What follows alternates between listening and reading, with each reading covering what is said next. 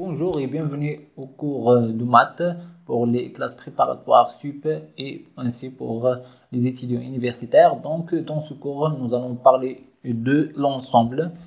Donc, au niveau de l'ensemble, sans rentrer dans les détails concernant les lois de composition, etc., la structure d'ensemble. Donc, on appelle un ensemble une collection d'objets. Ces objets sont appelés un élément de l'ensemble, c'est-à-dire un ensemble. On peut parler d'un ensemble des personnes, ensemble des structures, ensemble des fruits, etc. Donc, des fournitures, etc. Donc, ces éléments, les éléments qui contiennent cet ensemble, donc, on dit, ou bien les objets qui contiennent cet ensemble, on l'appelait les éléments. D'accord. Donc, pour parler d'un ensemble d'alphabets, donc, ensemble, par exemple, d'alphabet qui contient A, B, C, D, etc. Donc, un ensemble des nombres, par exemple B, l'ensemble des nombres, 1, 2, 3, 4, etc. ainsi de suite. D'accord. Donc, là, juste pour changer de couleur. Donc, là, c'est un ensemble. D'accord. Comme B, donc c'est un ensemble. Alors là, c'est un ensemble qui contient plusieurs objets, c'est-à-dire les éléments. Donc, par exemple, ici, D est un élément. D est un élément de A. C'est-à-dire que D ici appartient à A. Donc, on va revenir à ça au niveau d'appartenance. Donc, c'est-à-dire D est un objet de A. Pour B, donc B, 1, 2, 3, 4, etc. Donc, on se limite à 4 nombres. Donc là, 1 appartient à B. D'accord. Donc, appartenance et inclusion. Donc, définition. L'ensemble qui ne contient aucun élément est appelé l'ensemble vide et noté sous la forme grecque comme ça. C'est une notation grecque. Alors, l'ensemble qui ne contient aucun élément, c'est-à-dire que A par exemple, donc c'est comme ça. Si vide, donc on est bon. Vide signifie que ne contient aucun élément, d'accord. Contient aucun élément, donc c'est l'ensemble vide. Alors, un ensemble vide, c'est-à-dire un ensemble qui ne contient aucun élément. D'accord. Il est noté comme ça, sous la forme grecque, puis, donc comme ça. Un ensemble, un élément est appelé singleton. Donc, si A contient un élément, un seul élément, donc ils se notent comme ça, l'ensemble, ils se notent comme ça, donc un seul élément A. D'accord. Cet ensemble a un nom particulier, donc c'est un singleton. Donc, singleton. D'accord. Donc, un singleton, c'est un ensemble qui contient un seul élément. Pour un ensemble qui contient deux éléments, est une paire. D'accord. Est une paire. Parce qu'il contient deux éléments. Donc, un ensemble, il va contenir A et B. D'accord. Donc, là, B, puisqu'il contient deux éléments, donc, est une paire. D'accord. Donc, après, donc, décrire un ensemble. Donc, pour décrire un ensemble, il y a deux façons, soit par en extension. Donc, un ensemble, soit il est défini en extension, soit il est défini en compréhension. D'accord. Ici, c'est-à-dire, on peut dire que cet ensemble, il est défini explicite. Et cet ensemble, il est défini implicitement. D'accord. Donc, en compréhension implicite et explicite, c'est-à-dire il est défini en extension, c'est-à-dire il est défini, c'est-à-dire on va décrire tous les éléments, on va écrire tous les éléments de cet ensemble. D'accord. Un ensemble est défini en extension lorsqu'il est défini par énumération, c'est-à-dire on va énumérer, on va écrire tous les éléments de cet ensemble. Par exemple, A, il est écrit par extension, donc il contient 4 éléments. Alors A, c'est 1, l'élément 1, 2, 3, élément 1, 3, 5 et 7. Donc A, c'est 1, 3, alors 5 et 7. Voilà. Donc là, il est écrit par extension, d'accord, ou bien explicitement. Donc, un ensemble est défini en compréhension ou bien implicitement lorsqu'il est défini par une propriété caractéristique de ces éléments. Donc là, on peut dire, exemple, donc je sais pas, donc comme exemple donné ici, donc là c'est l'ensemble des entiers pairs, c'est-à-dire 2n. Alors cet ensemble, il va s'écrire de façon implicite ou bien en compréhension, c'est-à-dire Cn appartient à n tel qu'il existe k, alors n égale à 2k. D'accord. Là, donc, par une propriété, c'est-à-dire on a défini cet ensemble des entiers naturels par une propriété. D'accord. Donc là, on peut définir un ensemble, deux ensembles, donc majoritaire de façon générale ou bien globalement, majoritairement. Donc les ensembles qu'on va trouver dans les exercices sont définis de façon implicite ou bien en compréhension. C'est-à-dire on va voir que de toute façon c'est 1 sur n avec, je sais pas, n appartient à R étoile, d'accord. Donc c'est un ensemble qui contient des éléments de telle façon cet n là, alors il appartient à R étoile. Donc alors A c'est un ensemble infini, d'accord. Alors il contient 1, il contient 2, 1 sur 2, 1 sur 3, 1 sur 4, 1 sur 25, ainsi de suite, 1 sur 6,5, etc. D'accord, c'est de façon. Donc on ne peut pas énumérer cet ensemble, d'accord. C'est pourquoi on va décrire par une propriété caractéristique de cet ensemble. Alors on va passer à la page suivante. Donc appartenance et inclusion. Donc on va parler de notion d'appartenance.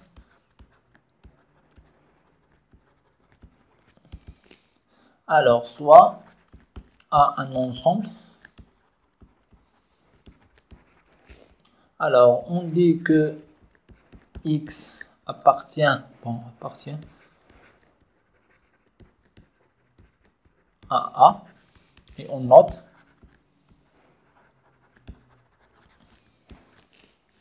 Alors, on note X de façon comme ça, X appartient à A. Donc, ça, donc je vais supprimer la ligne.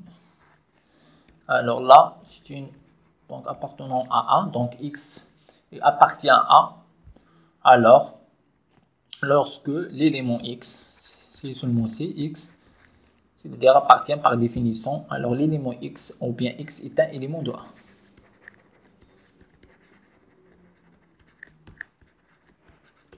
D'accord. Au lieu de dire que X est un élément de A, on va noter ça de façon mathématique simple, que X appartient à A. Ça, il est équivalent. Ça, cette écriture et celle-là, c'est la même. Donc, X est un élément de A, signifie que X appartient à A. Donc, inclusion. Donc, maintenant, on va parler de l'inclusion. Donc, soit à un ensemble.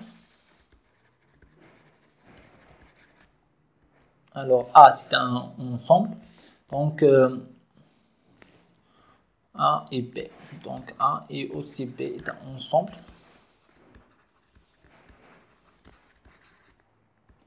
Alors, on dit que A est inclus dans B. D'accord? Notion d'inclusion, il est en relation avec deux ensembles. D'accord? Donc là, inclusion, c'est une relation entre deux ensembles et l'appartenance est une relation entre un élément et un ensemble. D'accord? Attention au niveau de ça. Donc là, on dit que A est inclus dans B, c'est seulement C, c'est-à-dire il y a équivalence. Quel que soit X appartient à A, là, implique que X appartient à B. C'est-à-dire, si tu prends un élément de A, alors cet élément sera dans B. D'accord? Tout élément, donc de toute façon, tout élément.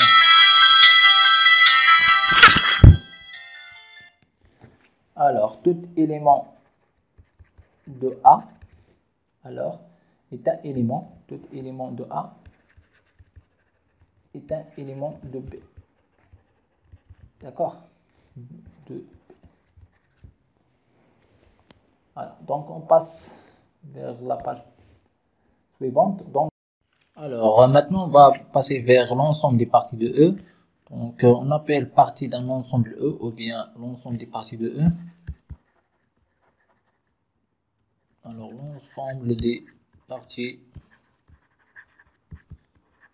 de E. Il est noté, c'est l'ensemble ou bien tout ensemble F inclus dans E. Donc, on appelle l'ensemble des parties de E. Tout ensemble. Note A, tout ensemble A inclus dans E. D'accord? Donc, c'est A, quel que soit A inclus dans E. Donc là, cet ensemble est un ensemble des parties de E. Alors, l'ensemble des parties de E, l'ensemble des parties de E, alors une note, notée PE. D'accord? Donc, c'est donc la notation mathématique. On aurait dû noter comme ça. D'accord? C'est l'ensemble des parties de E. D'accord? Bon, on supprime ça. Alors, c'est comme ça. Donc, c'est PE. Alors, maintenant, donc, un exemple. Alors, on supprime ça. Alors, exemple. Donc, si on prend E, exemple 1, 2, 3, donc l'ensemble des parties de E, ou bien pi de E, d'accord, l'ensemble des parties de E, donc pi de E, donc on doit noter de forme grecque, contient les ensembles suivants, d'accord, c'est un ensemble, donc il contient plusieurs ensembles, ce sont des ensembles qui sont inclus dans E. Donc on commence par l'ensemble vide, puis c'est le sanglotant 1, sanglotant 2, sanglotant 3, le paire 1, 2, paire 2, 3, paire 1, 3, et après c'est 1, 2, 3. D'accord, et on ferme ça. Alors, de façon globale, donc, là, on a là, c'est E. Alors, on a l'ensemble vide et entre et là, donc c'est l'ensemble, c'est les éléments qui contiennent, qui sont dans E. D'accord? Donc, de façon globale, donc on a E, il est inclus dans PE. D'accord? L'ensemble vide est inclus dans PE. Et donc, alors je vais supprimer ça.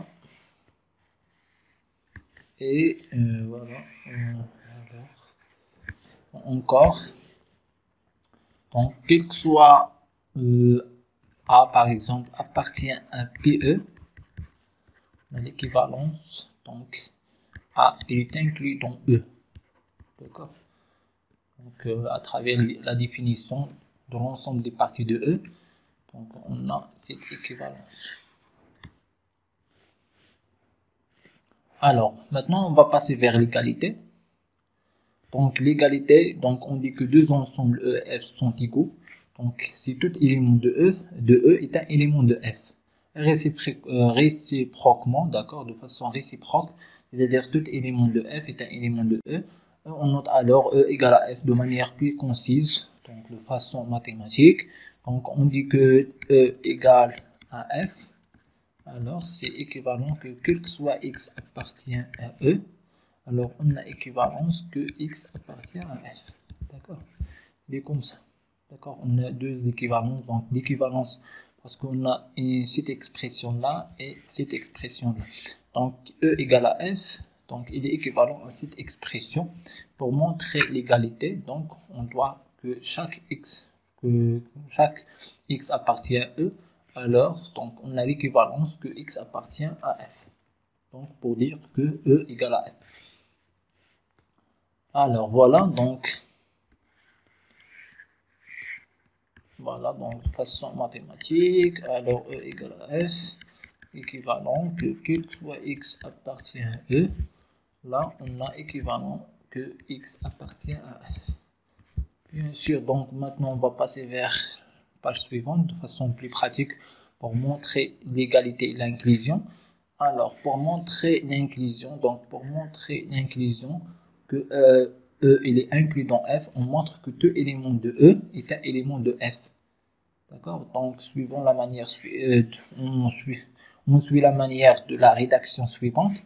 Donc de façon mathématique pour montrer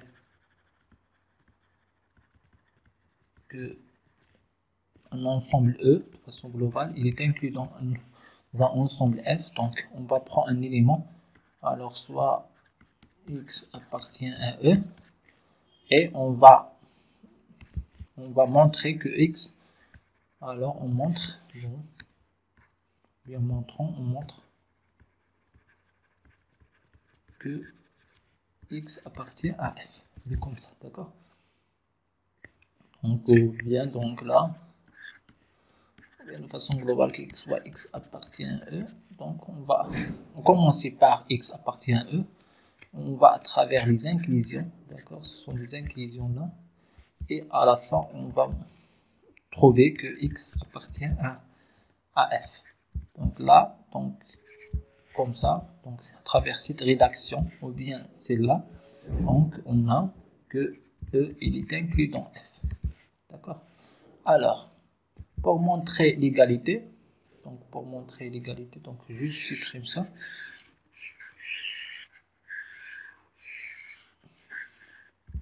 Pour montrer l'égalité, pour montrer que E égale à F, on peut soit montrer que x appartient quel que soit x appartient à E, donc x appartient à F. De toute façon, x appartient à E, si seulement si x appartient à E, raisonnons par équivalence, c'est-à-dire par les équivalences successives, ou bien par double inclusion, c'est-à-dire donc on a deux méthodes. Donc pour montrer que l'ensemble E égale à l'ensemble F, donc de toute façon il est équivalent que à montrer que E il est inclus dans F et que F il est inclus dans E. D'accord? Donc la méthode 1, donc c'est-à-dire on va montrer double inclusion, c'est-à-dire là, alors là je vais commencer à montrer ça, c'est-à-dire je vais prendre x appartient à E et je vais montrer que x appartient à F. Donc là, donc à travers cette expression, à travers la démonstration de l'implication suivante, donc j'ai que E il est inclus dans F. De la même façon, je vais prendre un élément x, quel que soit x appartient à E, à F plutôt. Donc je vais montrer une implication que x appartient à E.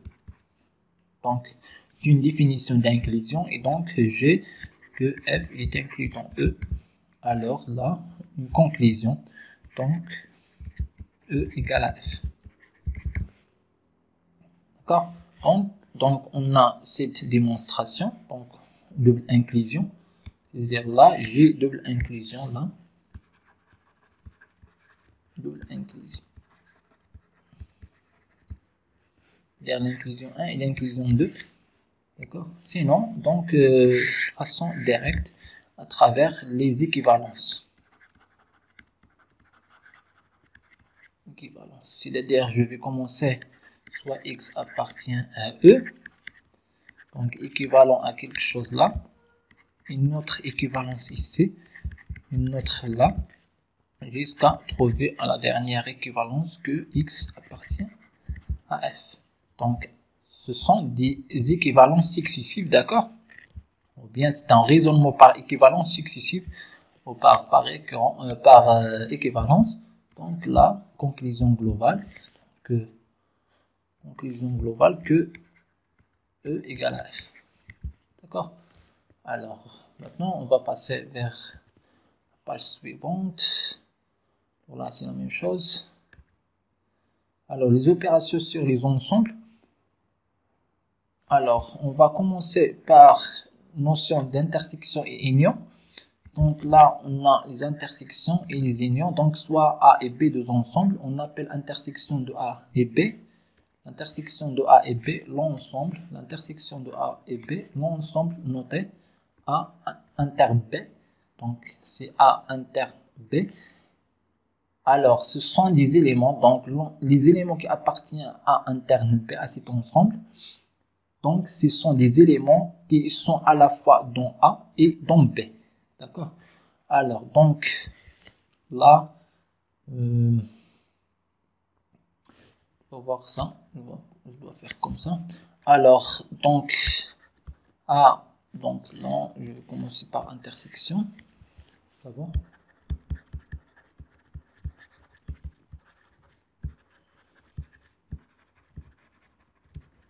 Les deux ensembles. A, inter et B. Donc, on a A et B, deux ensembles. Donc, on dit que A inter B, c'est l'ensemble. A inter B. Alors, c'est l'ensemble des éléments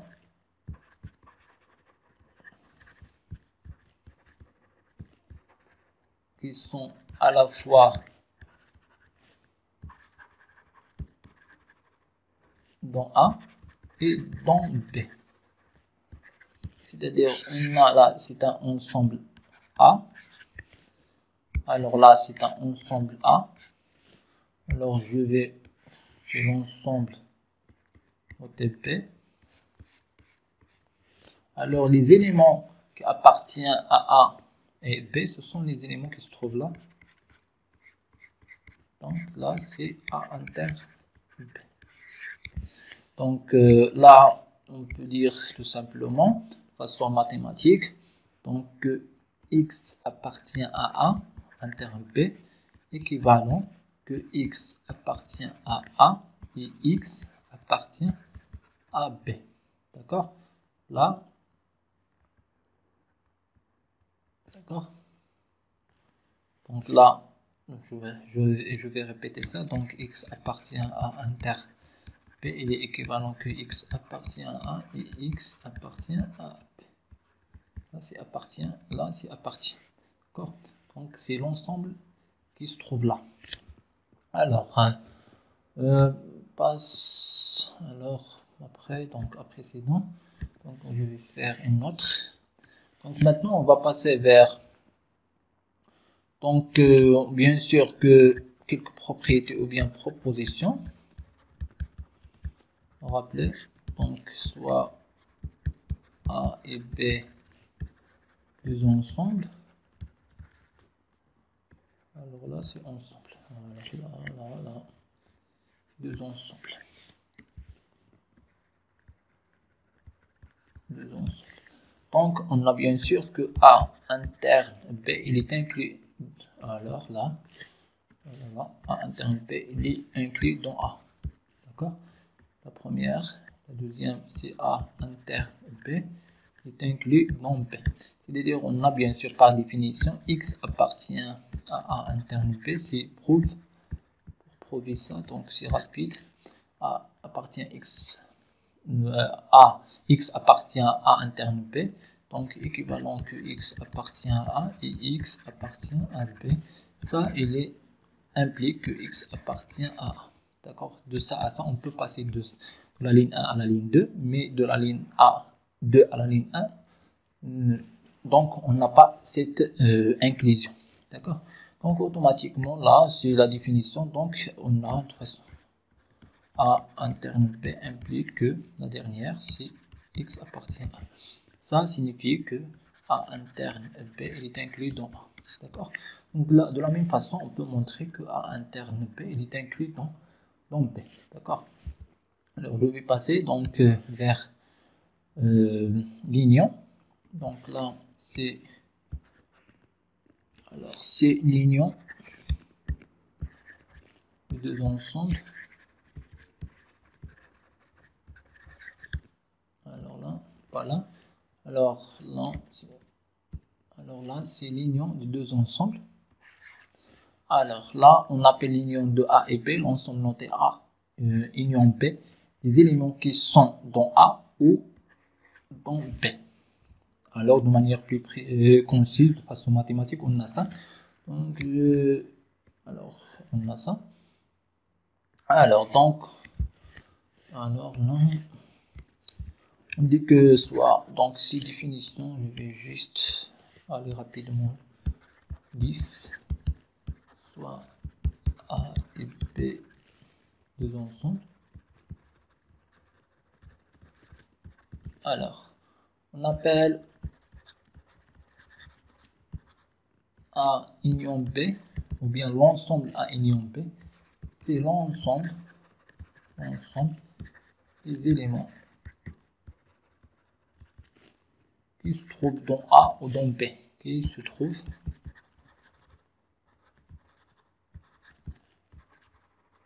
dans A, donc dans A ou dans B. Alors là, je peux schématiser ça. A, alors c'est l'ensemble A. Alors, notre couleur là, on désigne B. Là, on a l'intersection. Alors là, c'est l'ensemble global, l'ensemble E par exemple. Alors les deux sont inclus dans E. C'est-à-dire que A il est inclus dans E et B il est inclus dans E. D'accord, donc c'est pas notre objet. Alors donc l'ensemble A union B, donc c'est cet ensemble, donc c'est l'ensemble comme ça qui est noté en rouge. C'est comme ça. D'accord. Alors c'est l'ensemble suivant. Donc de façon globale, donc X appartient à union B, équivalent que X appartient à, donc X soit appartient à A ou X appartient à B. Au moins X appartient soit à l'ensemble A ou bien à l'ensemble B, pour dire que X appartient à l'ensemble A et union B. On peut dire donc de façon, à partir de cette schématisation, on peut dire, ou bien on peut conclure que A il est inclus dans A union B et que B il est inclus dans A union B, et aussi que AB, donc de toute façon là, AB, A interne B, il est inclus dans A union B. D'accord. Donc juste à répéter ça dans notre proposition.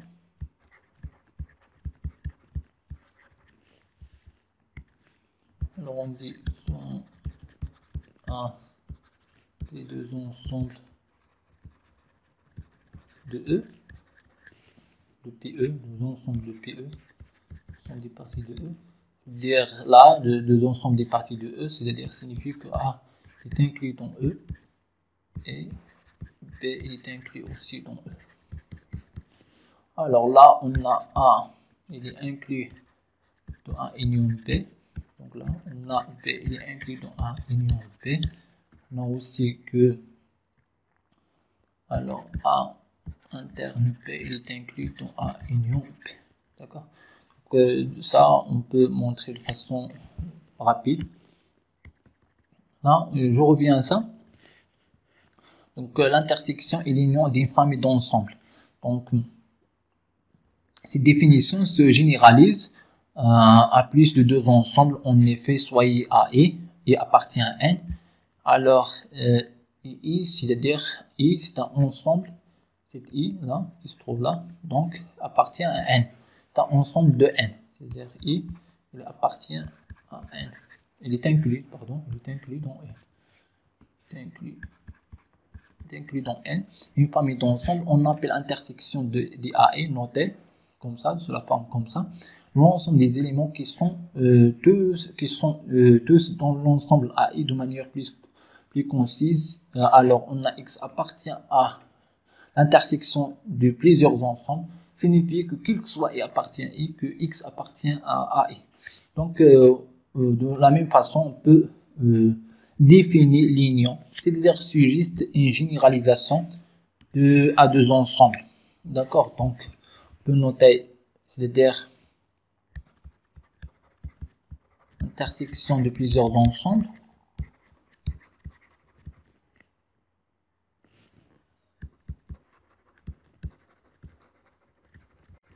Plusieurs ensembles. Alors ça, l'intersection, elle est notée sous la forme comme ça, c'est-à-dire c'est alors c'est AI, tel que I appartient à I, d'accord. Alors il faut noter que I il est inclus dans N, c'est-à-dire que I c'est un ensemble, c'est un intervalle des entiers, peut-être 1 jusqu'à N, avec N appartient à N bien sûr. Donc là, cette schématisation signifie que A1, donc là c'est un 1 interne A2, interne A3, ainsi de suite jusqu'à interne AN. D'accord, donc là X appartient à les intersections des plusieurs ensembles. Là on a I de AI, signifie que X il doit appartient à tous les ensembles des AI, c'est-à-dire que quel que soit I appartient à I, là il faut noter que I est un ensemble de N, c'est-à-dire il appartient à Pn. Donc tel que X appartient à I. C'est-à-dire là, de façon, c'est-à-dire que si je prends ça, donc je dois, alors X il appartient à 1, il appartient à 2I. Donc il appartient à tous les ensembles. D'accord? Alors, au niveau des unions de plusieurs ensembles, alors union de plusieurs ensembles,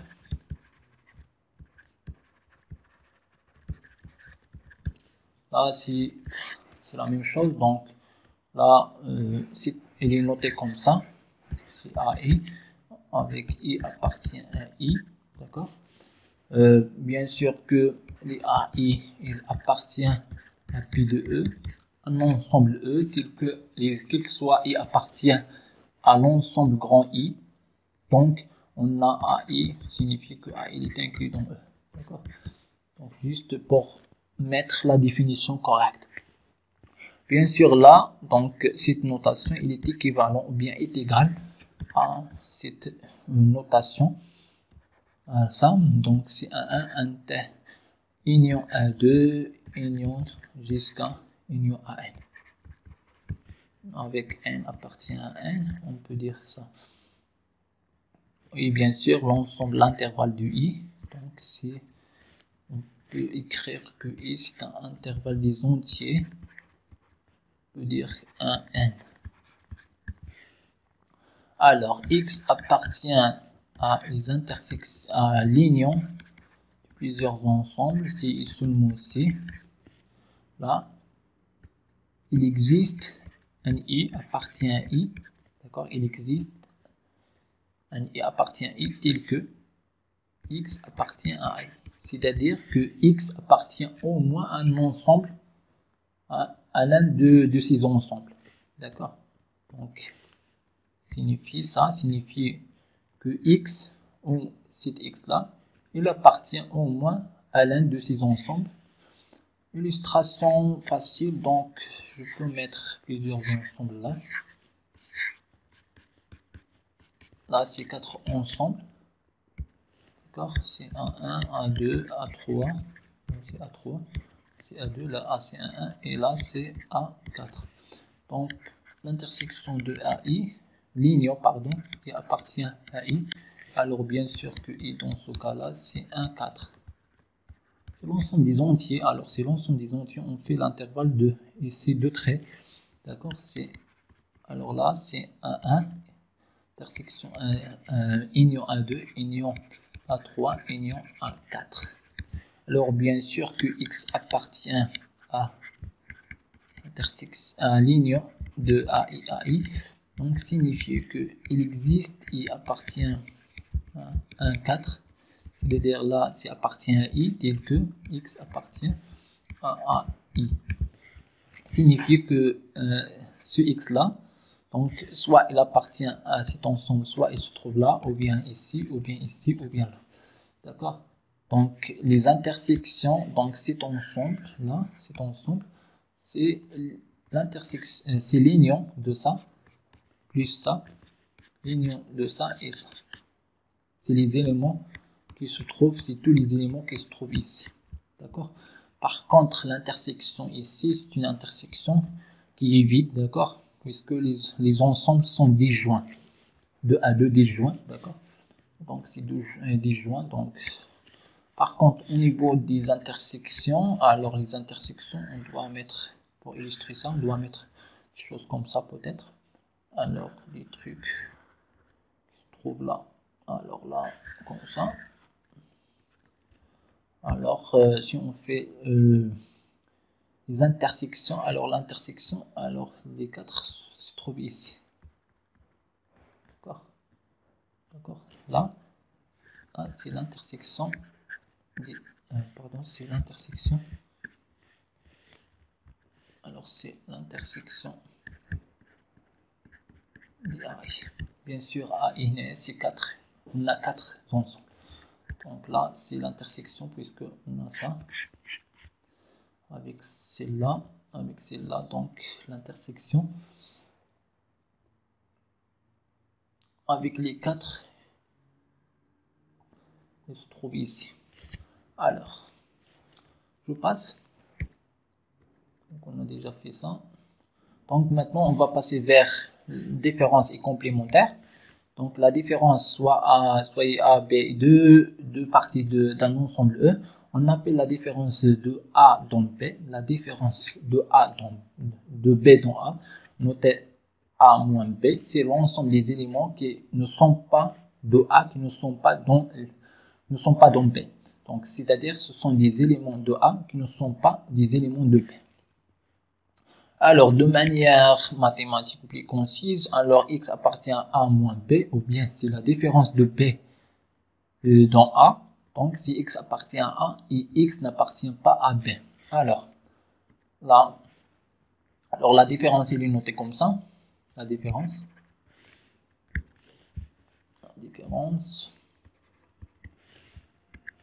Alors, différence.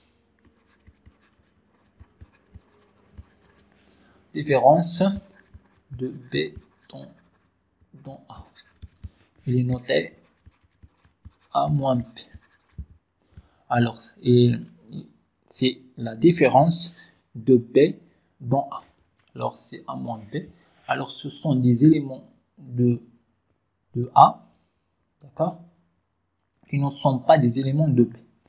C'est-à-dire que X appartient à A moins B. Il est équivalent que X appartient à A et X n'appartient pas à B. D'accord? Là, donc pour schématiser ça, alors on a l'ensemble A, alors l'ensemble B,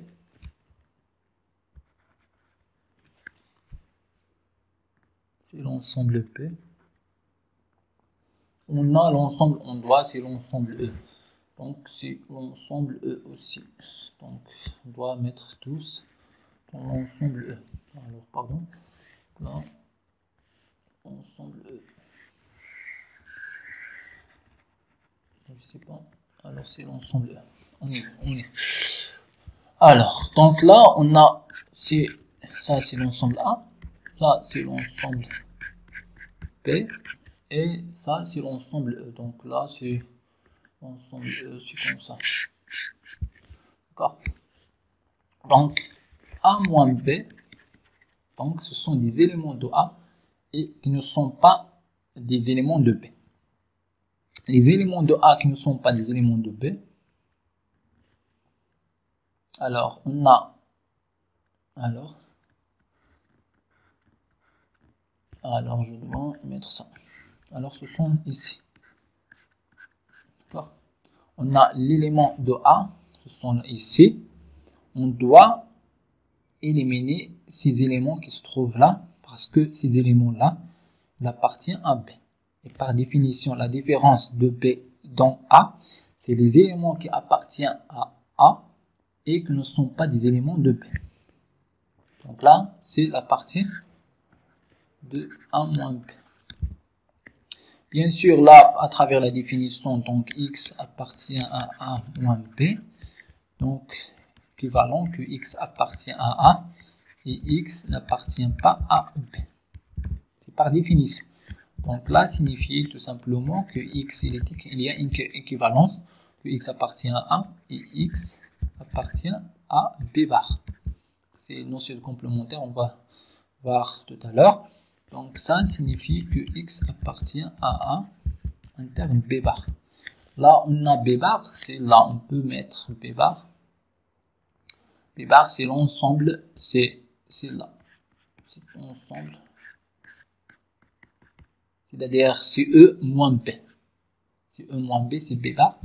D'accord? Et donc, c'est l'intersection de A de A inter B bar. Et donc, ce sont des éléments qui se trouvent ici. Alors, je dois supprimer ça pour parler de la notion de la complémentaire.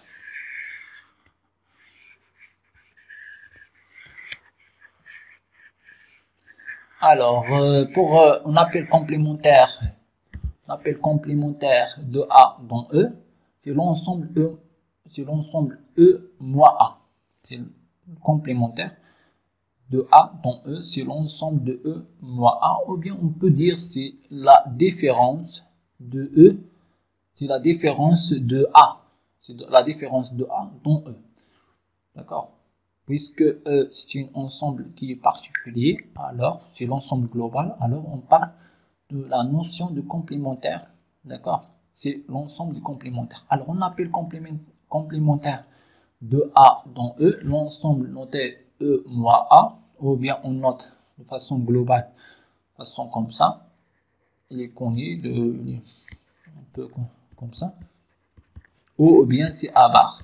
D'accord? C'est deux notions qui sont populaires pour dire, pour signifier la complémentaire de A dans E.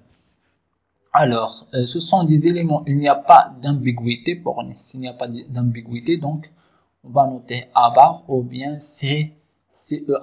Alors, c'est l'ensemble des éléments de quoi? C'est l'ensemble des éléments de E qui ne sont pas dans A. D'accord? Ou bien c'est E intersection, ou bien c'est E intersection A bar. D'accord? Donc, si on fait une schématisation, donc on a ça, c'est l'ensemble, on peut dire ça, c'est l'ensemble E, l'ensemble global. Alors là, on a CA. Alors, la complémentaire, c'est E moins A, ou bien c'est la complémentaire de A dans E. C'est noté A bar, il est noté aussi CEA. D'accord?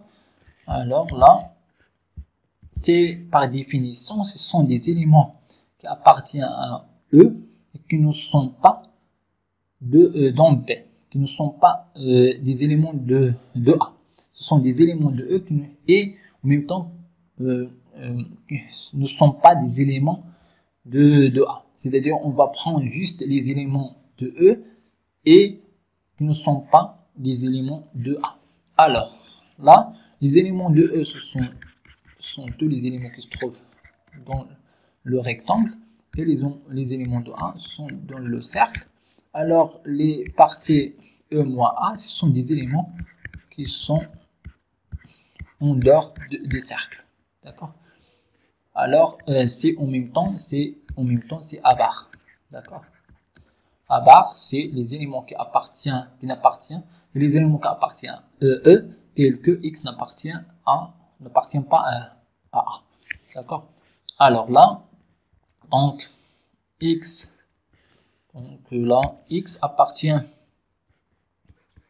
appartient à A bar, donc signifie que X appartient à E et X n'appartient pas à A. Ça, donc, X appartient à E, il est par défaut parce que on a A appartient à, il est inclus dans E, et à part, il est inclus dans E. Donc, on a E comme un ensemble qui est global. Donc, c'est l'équivalence, il est facile à dire que X n'appartient pas à A. D'accord?